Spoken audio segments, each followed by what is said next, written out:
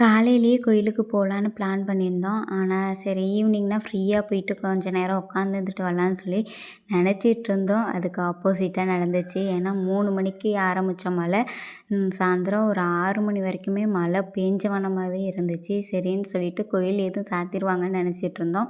அன்னன்னைக்கு நிறைய விருந்து போட்டிருந்தாங்க. அதனால் கோயில் ஒரு 6:30 வரைக்குமே திறந்துருந்துச்சு. சரின்னு சொல்லிட்டு நாங்களும் போயிட்டு தேங்காய் வாழைப்பழம் கொடுத்துட்டு அங்கே சாமியை கும்பிட்டுட்டு தேங்காய் வாழைப்பழம் உடைச்சி வாங்கிட்டு சுற்றிலும் சாமியை கும்பிட்டா கீழே உட்கார கூட இடம் இல்லை. எல்லாமே சாரல் அடித்து ஃபுல்லாக நனைஞ்சிருந்துச்சு.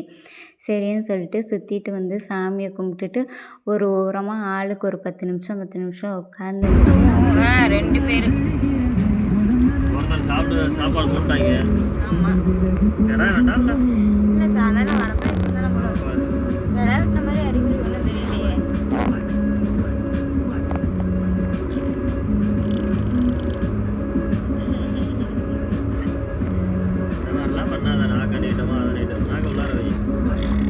அப்படியே அங்கேருந்து வந்தோடனே பக்கத்தில் பிள்ளையார் கோயில் இருந்துச்சுன்னு சொல்லி பொங்கல் வச்சு தேங்காய் வாழைப்பழம் உடைக்கலான்னு சொல்லியும் பிளான் பண்ணியிருந்தோம்.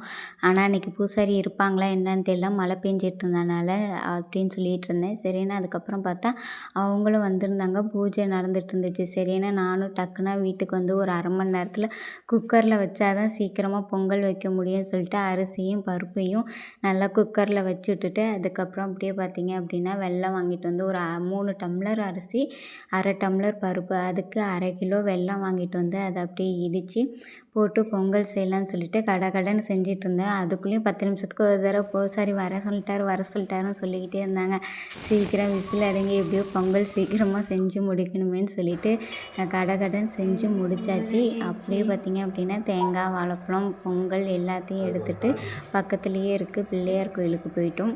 பிள்ளையாருக்கு போயிட்டு அவரும் வெயிட் பண்ணிகிட்டு இருந்தார். நாங்கள் சொன்னாங்கிறதுக்காக 8 மணி ஆகிடுச்சு. அதனால் வெயிட் பண்ணிகிட்டு இருந்தார். போனோடனே எல்லாம் ரெடியாக வச்சுருந்தனால தேங்காய் வாழைப்பழத்தை வச்சு பொங்கல் வச்சு சாமி கும்பிட்டு அங்கேயே இருக்கவங்களுக்கு கொஞ்சம் தொன்னையில் சாப்பாடு பிரசாதம் வச்சு கொடுத்துட்டு அப்படியே வீட்டுக்கு வந்துட்டோம். வீட்டுக்கு சாமியை கும்பிட்டுட்டு அன்எக்ஸ்பெக்டட் தான் கேக்கு வாங்கிட்டு வரலன்னு சொல்லிட்டு இருந்தாங்க. திடீர்னு என்னமோ கேக்கு வாங்கிட்டு வந்திருந்தாங்க. 1/2 கிலோ கேக்கு 300 ரூபா தான் சொல்லியிருந்தாங்கன்னு சொன்னாங்க. Happy birthday.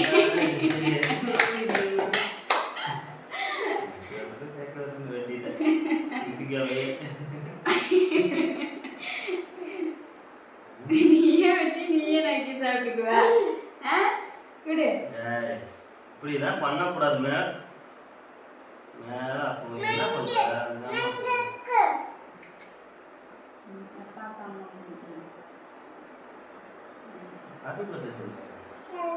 அம்மா